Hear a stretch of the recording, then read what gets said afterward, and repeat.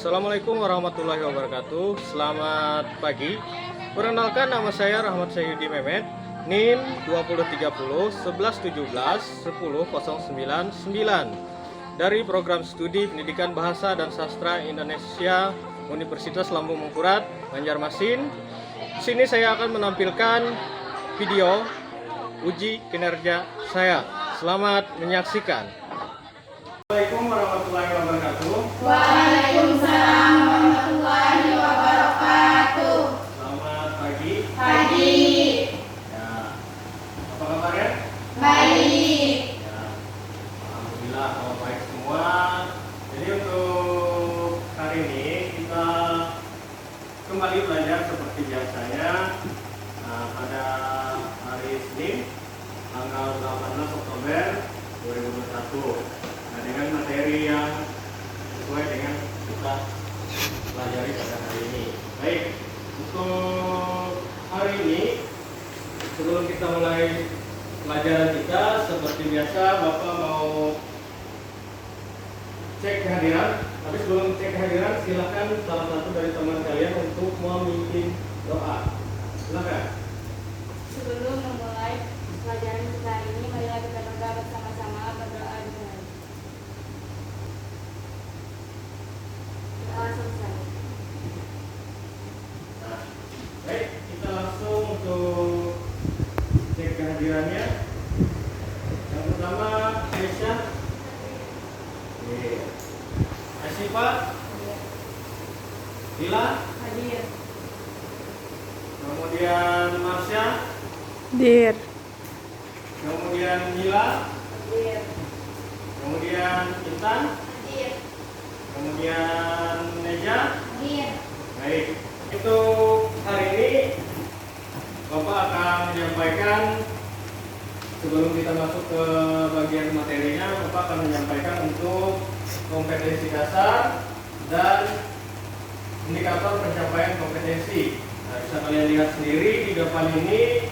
Yang pertama kita lihat kompetensi dasar 3.3, mengidentifikasi unsur-unsur teks, narasi, cerita fantasi yang dibaca dan didengar. Nah, kemudian di PK-nya 33.1 menjelaskan ciri tokoh, latar, alur, kemudian tema pada cerita fantasi dan menentukan buktinya pada teks yang dibaca didengar. Kemudian yang bagian kedua 3.3.2.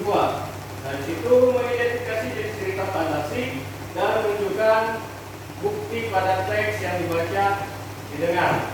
Nah, selanjutnya KD yang kedua atau kompetensi dasar yang kedua 4.3 menceritakan kembali isi teks, kemudian narasi, cerita fantasi yang didengar dan dibaca.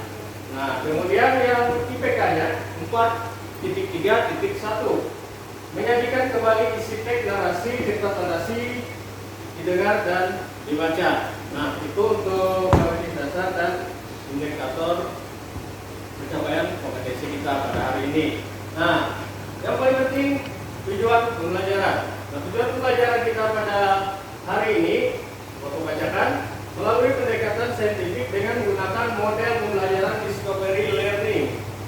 Peserta didik dapat menjelaskan ciri tokoh, latar, alur, dan tema pada cerita fantasi dan menunjukkan buktinya pada teks yang dibaca dan terampil menceritakan kembali isi teks, narasi, cerita fantasi dengan dibaca dengan unsur sama mandiri, komunikatif selama proses pembelajaran.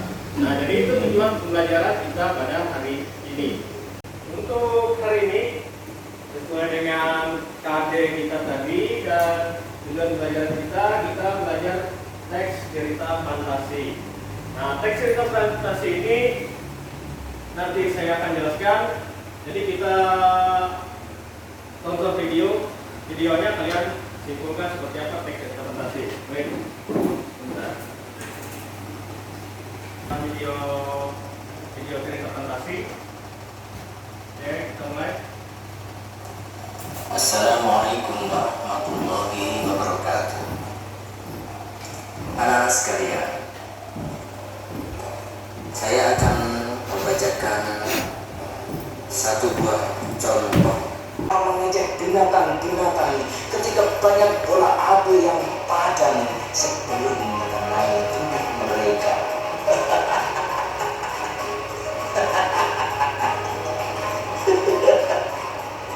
Bahkan dengan kekuatan mereka meniup bola api yang terbang menuju mereka. Hai, tak ada gunanya kalian melempar bola api kepada kami.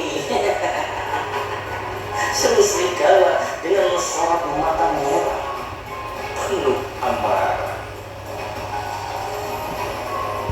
Binatang-binatang tidak putus asa. Namun api pada ekornya yang keras membentuk lingkaran sesuai tanda yang dibuat oleh semut, rayap, dan para tikus. Ya, lalu ia melompat bagai kilat dan mengepung serigala dalam api panas. Kepungan api semakin luas, semakin panas dan luas. Serigala-serigala tak berdaya menghadapi kekuatan si ekor biru Nataka. Teriakan panik dan kesakitan terdengar dari serigala-serigala yang terbakar.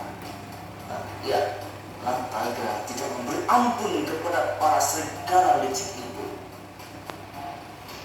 Selesai pertempuran, Nataka segera menuju ke atas bukit, bergabung dengan seluruh panglima Levo, Goros, Lamia, Sika, dan Mora, memandang dengan haru dan tersenyum, mengisyaratkan hormat dan bahagia. Nah, baik, itu tadi video cerita fantasi. Nah, sebelumnya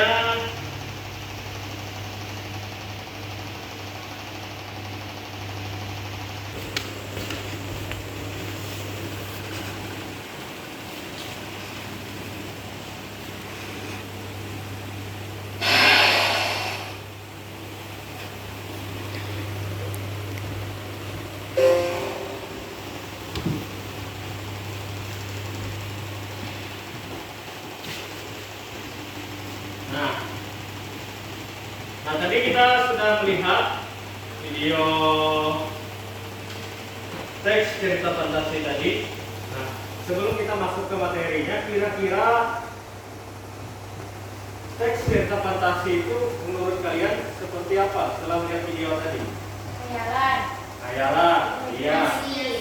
Imajinasi, angan-angan. Nah, baik.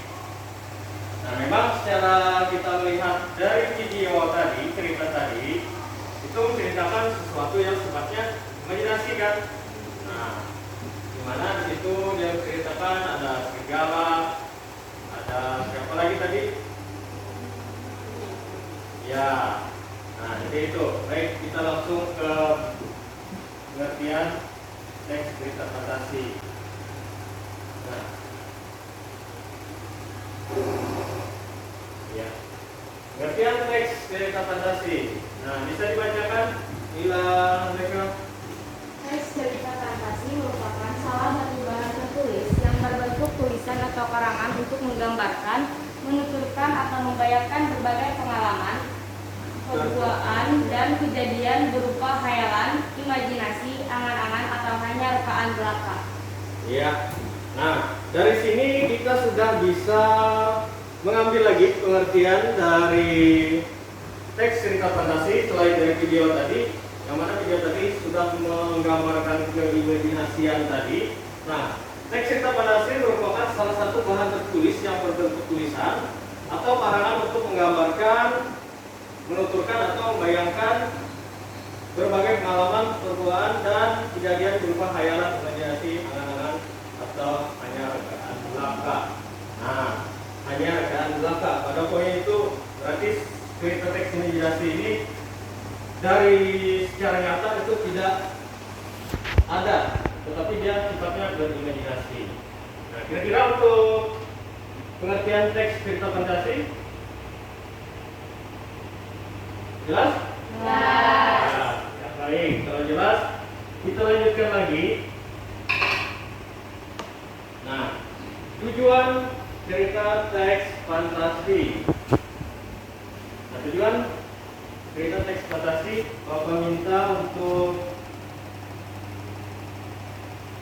Asifa. Tujuan dari teks cerita fantasi adalah untuk menghibur yang membaca dan meningkatkan daya imajinasi pembaca. Ya. Nah, seperti apa namanya dengan pengertian tadi, dia sedikit nyambung di sini. Yang mana tujuan dari teks cerita fantasi adalah untuk menghibur. Nah, kemudian yang kedua meningkatkan daya imajinasi pembaca. Nah, memang secara kita lihat video tersebut, apalagi video-video yang lain kan, nah, selain dari video tersebut, teks cerita fantasi ini atau cerita fantasi ini banyak. Nah, misalnya yang lagi tren dulu kan filmnya seperti film Harry Potter. Nah, itu sangat jelas sekali bahwa dia cerita imajinasi. Kan di situ secara imajinasi Harry Potter itu seorang penyihir kan? Nah, kira-kira kalau di dunia nyata ada tidak sih sihirnya? Ada. Nah, dari situ kita bisa mengatakan bahwa teks atau film cerita fantasi ini bisa menghibur, kemudian meningkatkan daya imajinasi. Nah, dan Bapak rasa semua yang ada di ruangan ini bisa semua kan berimajinasi. Nah, ya berhayal lah. Karena berhayal itu kan mudah kan berhayal. Tidak ada yang sulit ya berhayal. Berhayal misalnya ada di ruangan ini ingin jadi orang kaya, tapi itu hayalan. Nah, itu termasuk imajinasi. Nah, baik. Jadi tujuan dari teks fantasi ini sekali lagi yaitu untuk menghibur ya dan meningkatkan daya imajinasi. Baik, itu untuk tujuannya. Nah, ciri-ciri cerita fantasi di sini.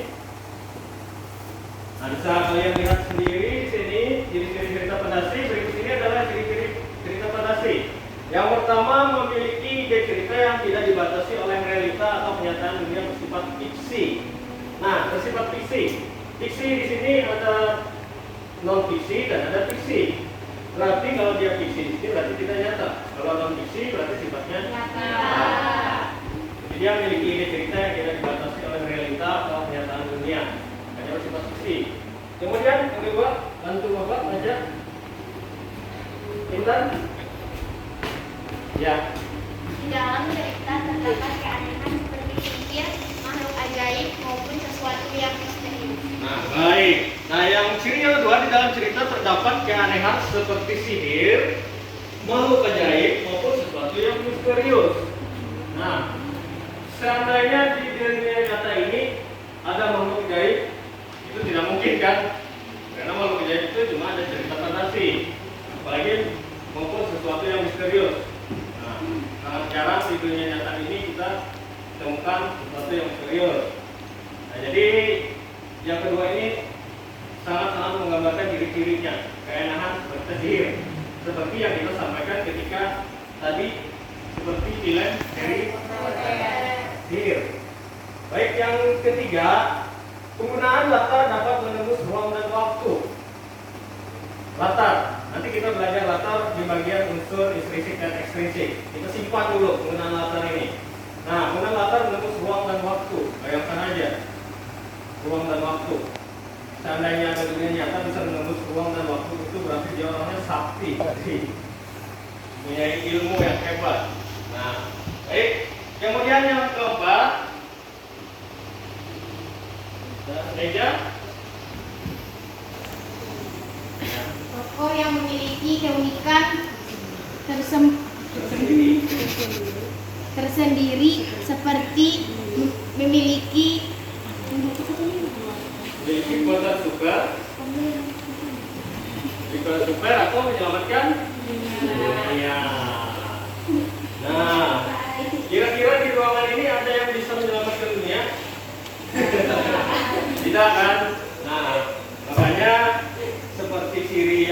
bagian keempat, tokoh yang memiliki keunikan tersendiri seperti memiliki kekuatan super atau menyelamatkan dunia.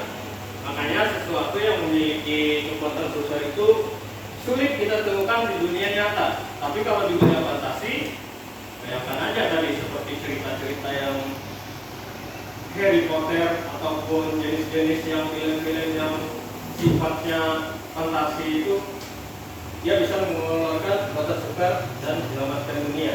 Siapa kira tokoh yang bisa menyelamatkan dunia? Seperti siapa? Film-film atau kartun? Abu Nawas. Ada lagi? Yang bisa terbang? Superman? Iya kan? Dia bisa menyelamatkan dunia. Nah, seperti Abu Nawas juga termasuk salah satu tokoh fantasi. Karena dia memiliki hal-hal yang misterius yang kita tidak tahu. Nah, jadi itu. Kemudian yang selanjutnya ciri yang kelima, karena cerita fantasi menggunakan khayalan, maka cerita ini termasuk dalam kategori contoh cerita fiksi. Nah, jadi dia karena khayalan tadi, maka dia dikategorikan contoh cerita fiksi. Nah, jadi seperti itu untuk ciri-ciri cerita fantasi supaya kita lebih mudah mengetahui cerita mana yang itu fantasi, mana yang tidak fantasi, mana yang fiksi dan mana yang non fiksi. Nah, baik. Sampai sini ada yang ditanyakan untuk ciri-ciri cerita fantasi? Jelas ya? Baik. Nah, karena dari 5 ini pun sudah sangat menggambarkan cerita fantasi ciri-cirinya. Baik, lanjutnya. Nah, di sini ada dua jenis-jenis cerita fantasi. Ada cerita fantasi total dan cerita fantasi irisan. Nah, cerita fantasi total di sini Bapak bacakan. Kategori ini berisi fantasi pengarang terhadap objek tertentu. Pada kategori ini semua yang terdapat pada cerita tidak semua terjadi dalam dunia nyata. Nah, tidak semuanya terjadi dalam dunia nyata. Itu untuk cerita fantasi total. Kemudian yang kedua, cerita fantasi irisan. Kategori ini berisi cerita fantasi yang mengungkapkan fantasi tetapi masih menggunakan nama-nama dalam kehidupan nyata, menggunakan nama tempat yang sama pada dunia nyata atau peristiwa yang pernah terjadi di dunia nyata. Nah, bisa cuma terjadi di dunia nyata tapi menggunakan nama-nama dalam kehidupan nyata, nama-namanya saja di sini. Tapi kalau atau peristiwa, nah peristiwa bisa itu dikatakan. Nah, jadi itu hanya bagian itu yang bisa. Selebihnya untuk yang kekuatan dan segala macam itu tidak bisa masuk dalam dunia nyata. Baik, kita lanjutkan. Nah, di sini ada unsur intrinsik cerita fantasi. Nah, pada pertemuan sebelum-sebelumnya kita juga pernah membahas unsur intrinsik, tapi tidak dalam cerita fantasi, tetapi unsur intrinsik di dalam drama. Nah, kemudian selain drama juga ada cerpen. Nah, di situ ada unsur intrinsik juga ada unsur ekstrinsik. Ya, masih ingat apa itu unsur intrinsik? Unsur yang yang membangun atau mendukung dari dalam cerita. Baik. Kalau kebalikannya unsur ekstrinsik? Ya. Nah, jadi untuk yang ekstrinsik ini kebalikan dari unsur intrinsik. Nah, kalau intrinsik ini di dalam, berarti ekstrinsik dari luar. Nah, baik, kita langsung melihat ke bagian unsur tersebut. Yang pertama tema. Yang kedua kemudian yang ketiga kemudian yang keempat kemudian yang kelima kemudian yang terakhir amanah. Nah, kita coba bertanya dulu. Unsur intrinsik cerita fantasi tema. Kira-kira tema itu yang seperti apa? Silakan, tangan dulu. Ya, silakan. Ide cerita. Nah, baik. Ide cerita. Karena kenapa tema ini adalah sesuatu yang paling awal dalam pembuatan cerita. tidak hanya dalam cerita, tetapi membuat puisi, pidato, kemudian cerita-cerita yang lain kita memerlukan tema ini. Baik, itu untuk tema. Kemudian alur, siapa angkat tangan? Oke, yang belakang aja dulu. Rangkaian cerita dari awal sampai akhir. Rangkaian jalannya cerita dari awal sampai akhir, itu alur.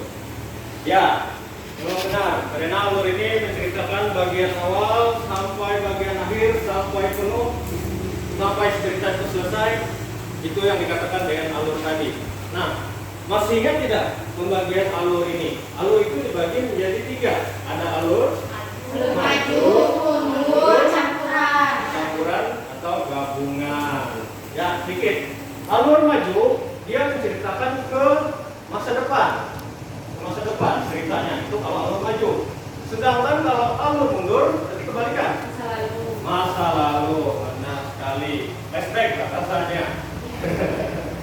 Nah, sedangkan dia campuran atau gabungan yang alur ketiga ini berarti dia ceritakan tentang gabungan masa lalu dengan masa depan. Baik. Nah, jadi itu. Jadi bagian alur ini ada 3 tadi, alur maju, mundur, campuran atau gabungan. Kemudian yang keempat, coba latar. Ada yang bisa pegang latar? Oke, itu sudah. Ini dulu. Ya. Silakan latar.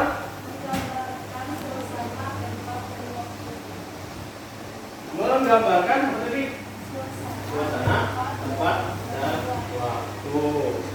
Ya, yang mana latar ini seperti yang bagian tadi, yang sempat kita jelaskan bagian latar tadi.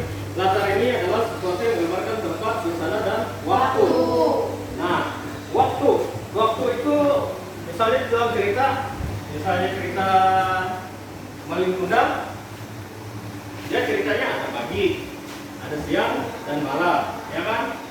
Suasana, kalau cerita Malin Kundang apa suasananya? Sedih. Apalagi ketika dikutuk, mencekam kan? Ya. Kemudian ibunya ketika mengutuk, marah kan? Marah. Jadi itu.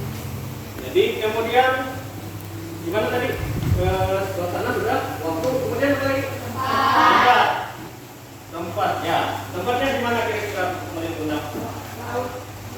Di laut ya, laut ada. Kemudian di pantai ya kan, sisi pantai. Nah, itu. Nah, jadi latar ini sesuatu yang sangat wajib ketika kita membuat cerita. Karena sebelum kita membuat cerita pun kita sudah memikirkan bagian-bagian ini. Oh, tempat ini saya membuat ceritanya. Oh, waktunya yang tepat pada pagi hari cerita ini. Nah, jadi seperti itu. Baik, latar. Kemudian sudut pandang, silakan. Ya. Sudut pandang adalah tempat pengarang memposisikan dirinya dalam cerita. Tempat Pengarang memposisikan dirinya dalam cerita. ya, tempat pengarang posisikan dirinya dalam cerita. Nah, misalnya kalian ingin membuat cerita, kalian boleh memilih, oh saya di tokoh utamanya saja, atau karena bosan tokoh utamanya mungkin jadi pembantu aja. Pembantu, biasanya kan pembantu sering beraniaya, ya kan? Nah, kemudian selanjutnya, tadi kita kelewatan yang tokoh dan penokohan, yang hilang aja. Tokoh dan penokohan. Tokoh? Mainin cerita. Sedangkan penokohan hilang karakternya, ya kan? Nah, karakter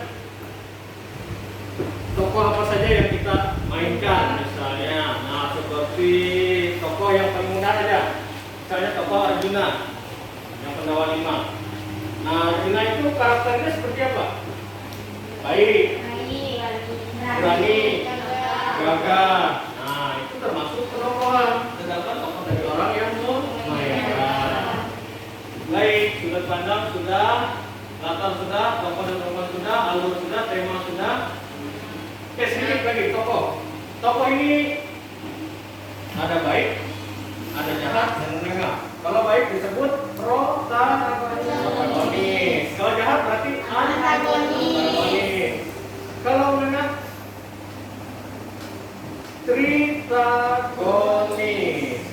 ingat ya protagonisnya. Karena yang biasa kita jumpai itu protagonis dan protagonis. Ya. Nah, protagonis tokoh orang baik, sedangkan protagonis jahat. Protagonis orang yang menengahi. Nah, biasanya orang yang jadi protagonis ini kalau orang baik kan mungkin kalian tahu aja biasanya tokoh-tokohnya mudah sekali untuk kita menelaahnya atau mencari. Begitupun yang jahat, pokoknya yang sering menyiksa atau apa, misalnya ada yang membunuh dalam cerita tersebut berarti dia jahat. Nah, kebanyakan. Jadi protagonis, kalau protagonis Bapak ambil contohnya yang sangat nyata itu ustadz. Ya kan? Ustadz itu orang baik diterima, orang jahat pun masih diterima, ya kan? Nah, jadi menengahi. Jadi seperti itu Bapak Angga. Nah, kemudian sudut pandang, latar, tokoh, alur, tema sudah amanah. Pesan dan kesan. Pesan dan kesan. Nah, misalnya pesan apa yang kalian dapatkan dalam cerita itu termasuk kemana? Kemudian ada pesan ataupun ada nasihat di dalam cerita tersebut berarti dia termasuk dalam amanah. Nah, sedikit kita menyinggung unsur eksplisitnya, karena kita membahas unsur ini. Unsur eksplisit tadi unsur yang dari Dalam. dari luar, eksplisit dari luar. Nah, contohnya seperti apa? Agama. Budaya. Benar sekali, ada agama dan budaya. Bahkan norma-norma yang lain itu termasuk juga unsur eksplisit. Nah, contoh kita ambil yang misalnya budaya. Budaya misalnya pakaian adat. Misalnya Bapak membuat cerita di sini, tapi dalam cerita itu ada yang membawa senjata yang sifatnya senjata yang adat Dayak misalnya, atau pakaian adat Dayak. Nah, cuma kita tidak punya, tapi kita tetap menjalankan cerita, tapi kita pakai baju seragam sekolah. Apakah ceritanya tetap bisa dilaksanakan? Bisa. Tanpa memakai pakaian dan senjatanya tadi. Nah, baik itu unsur eksplisit. Jadi dia tidak terlalu berpengaruh di dalam sebuah cerita maupun cerita fantasi. Baik untuk unsur eksplisit, ada yang ingin ditanyakan? Tidak ada. Nah, baik.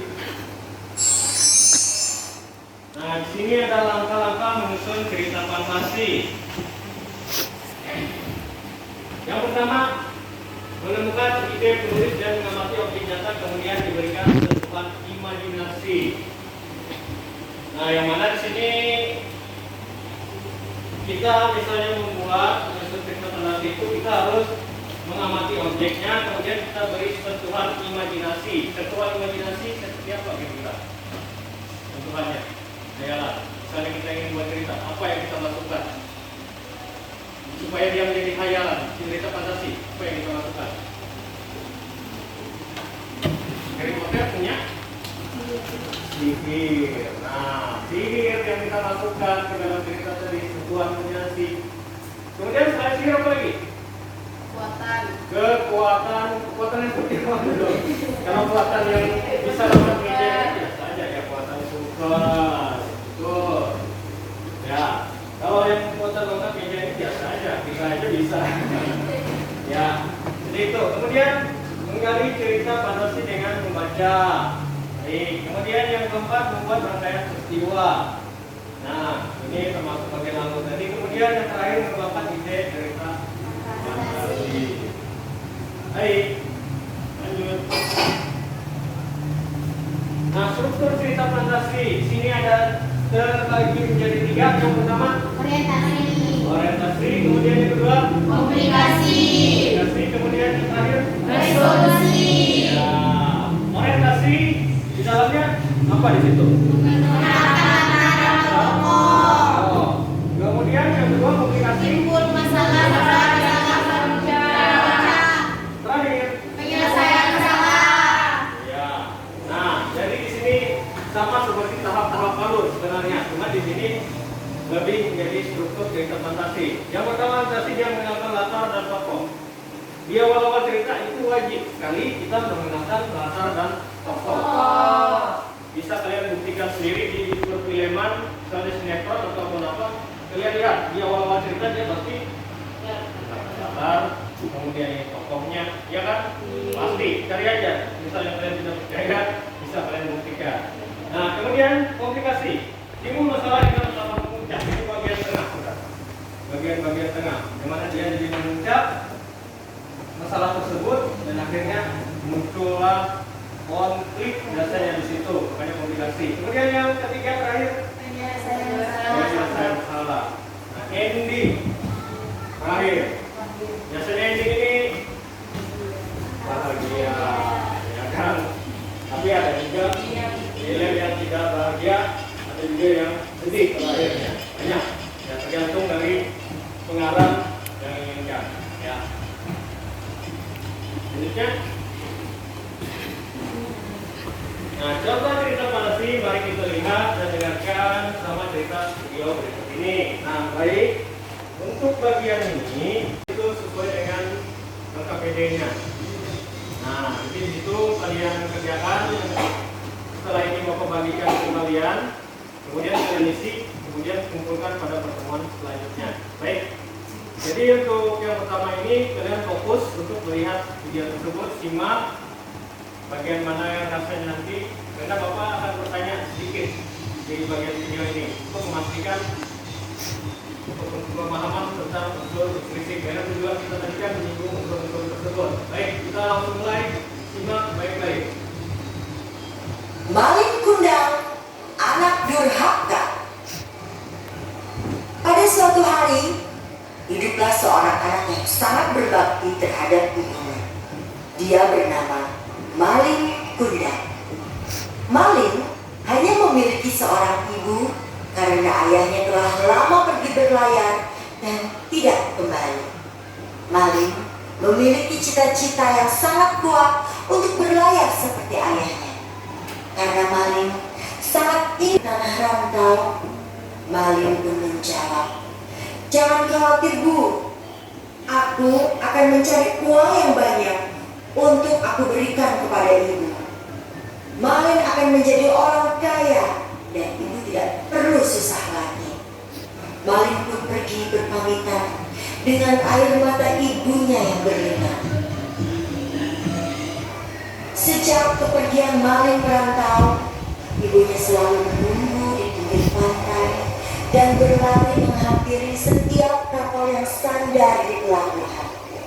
Tapi bertahun-tahun lamanya tidak pernah ada kapal datang membawa Malin. Hingga suatu saat, setelah 10 tahun berlalu, adanya yaitu Malin Kundang. Ibunya sangat yakin karena Malin Kundang memiliki tanda lahir di tangannya.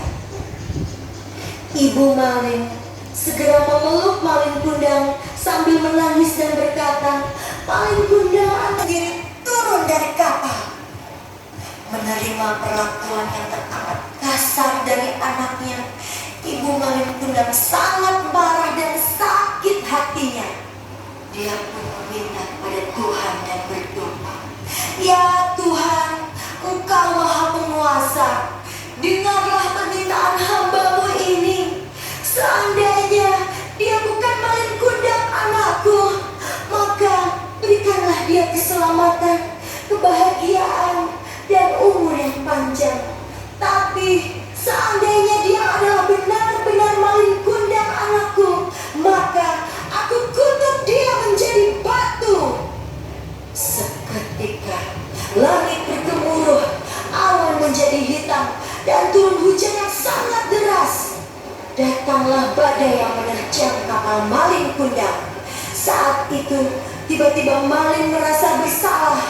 Dia teringat akan perlakuannya terhadap ibunya. Tapi, maaf sudah terlambat. Kapal itu tenggelam karena badai yang sangat hebat. Dan konon, Malin Kundang berubah menjadi sebuah batu karena berani dan durhaka pada ibunya. Itu tadi video tentang Malin Kundang. yang mana Bapak ambil sebagai contoh cerita fantasi untuk mengisi LKPD kalian. Nah, sebagai contoh di situ tadi kita bisa ambil untuk unsur-unsur restriksinya. Kalian tadi tokohnya siapa saja tadi? Bunda.